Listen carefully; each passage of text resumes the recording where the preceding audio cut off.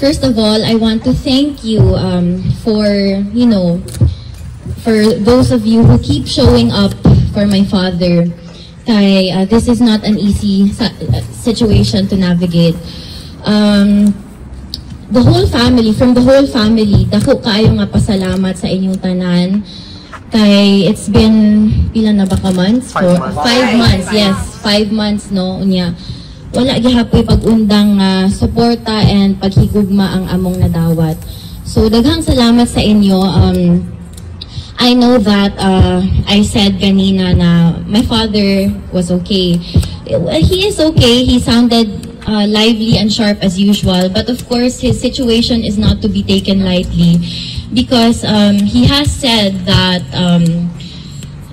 the loneliness does get to him more intensely and more frequently than he'd like to admit. So, ayun, that's why I try to be as persistent as possible because I know that the family, the whole family, and you, all of you, we keep him going. So, maato. With that being said, it keeps him going. The constant communication from to the visits, the calls, and of course my daily letters. So I left The Hague. The first time I left The Hague was April 16, I think. April 16. So I've been writing him daily letters, good, and I have not stopped.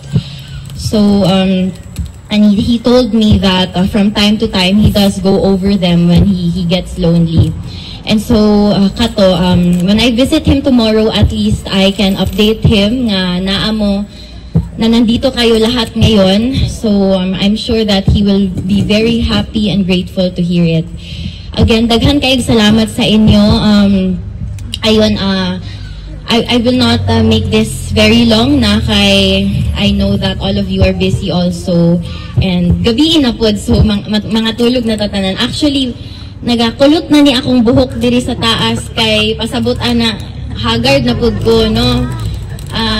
Atugon na pod ko. Pero daghang salamat sa inyo. Dili na ko magtagalog kay mabash na sa daan eh. Dili magud ko hawd. Pero ayun, maraming salamat sa inyo. And I wanted to show up today to show my appreciation for your unwavering loyalty and support and love for President Rodrigo Roa Duterte. Daghang salamat gyud sa inyo. And I hope dili ta muundang hantod sa makauli siya because kita lang ang iyang hope, no? Kada gabi when he is about to sleep, he told me that all he does, sometimes he looks by the window and he thinks of all the people that love him and all the people that he loves.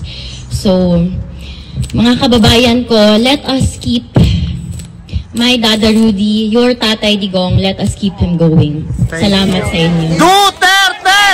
Duterte! Duterte! Bring him home! Bring him home! All of us at The Hague. Bring him home! Bring him home! All of us at The Hague. Bigay mo na. Bigay mo na yung flowers.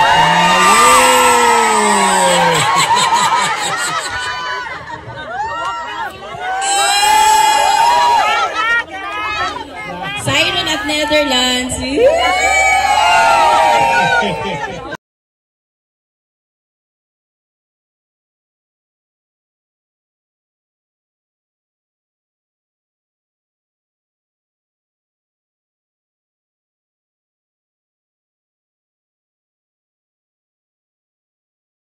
I am not a Filipino for nothing.